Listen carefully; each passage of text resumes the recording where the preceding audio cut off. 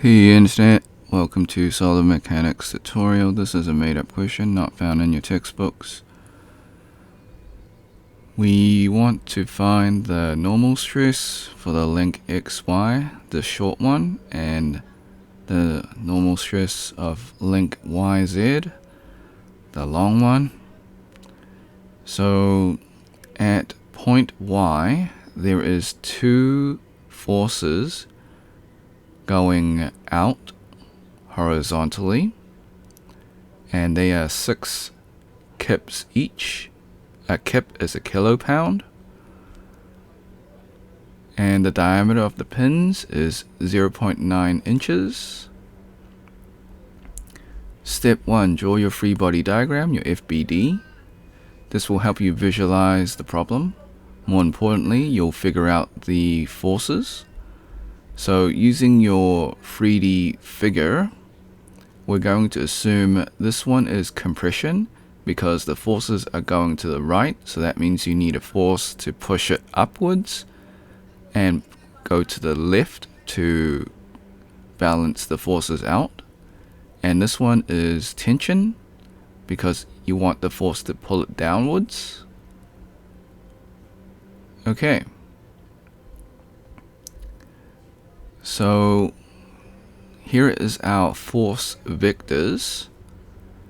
We're going to rearrange these vectors into a triangle. They do give us the angles 60 and 45. So since we know two angles within the triangle, we can just work out the final angle, which is 75.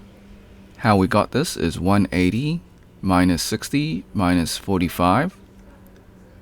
Okay, so next step, you can work out your forces, your force XY and force YZ. I recommend you solve this now. You can do it later, but since you're here, you may as well solve it. So we're going to use the law of sine to get the forces. So what you do is you just bring the sine 45 on the other side for the force XY, and for the force YZ you bring the sine 60 to the other side respectively as well. You'll get the forces 8.785 kips, and for force YZ you'll get 10.759 kips. Okay, so step 2, list all the given variables, find the unknown. Step 3, find the normal stress formula, so it's sigma is equal to force divided by area. For XY, we want it to be in tension, and for the YZ you want it to be in compression. So with the tension one, you're gonna actually have the net area because you're gonna have to subtract it. So what I mean by that is that you're gonna have to subtract the diameter. We'll get to that. So step 4, you want to find the force of XY. Like I said, if you solved it earlier, this would help you a little bit. If you haven't, then just use your law of sine and then just find the force. Once again, this is how you do it. The link is in tension. We know this from the 3D figure. So it's pulling downwards, it's in tension because the forces are going horizontally. So you want that tension component to be both vertical and horizontal. Okay, so next you want to find the area, and as I mentioned earlier, you want to subtract the diameter of the link. So you've got the length of this link, and then you want to subtract the diameter of the pin at point Y.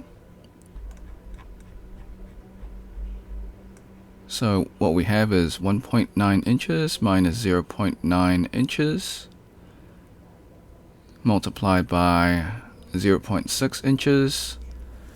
So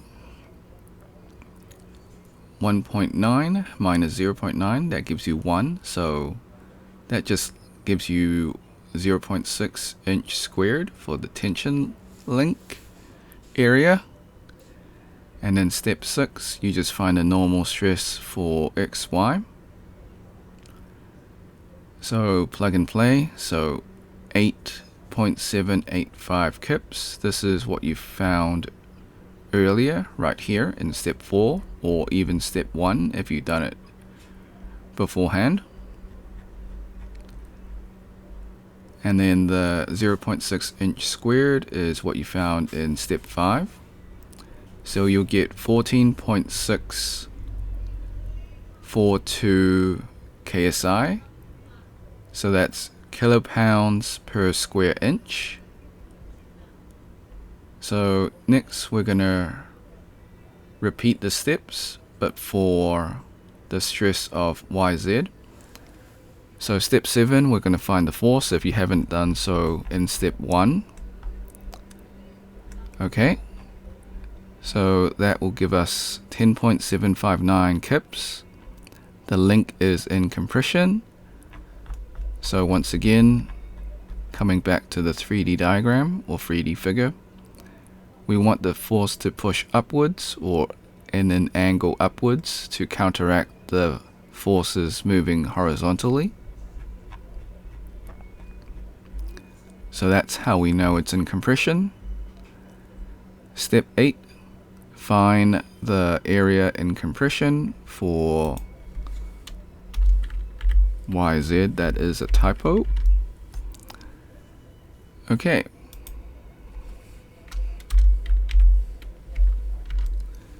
So we don't have to worry about the diameter of the pin in this case because it's compression. So it's just 1.9 multiplied by 0.6. We'll get 1.14 inch squared for the compression link. And step 9, we just plug and play once again. So the force is found in step 7 or step 1 if you chose to do it earlier. And the area is what we just worked out in step 8. We will get 9.438 KSI, kilopounds per square inch. Disclaimers, the method is correct. However, I do make calculation mistakes.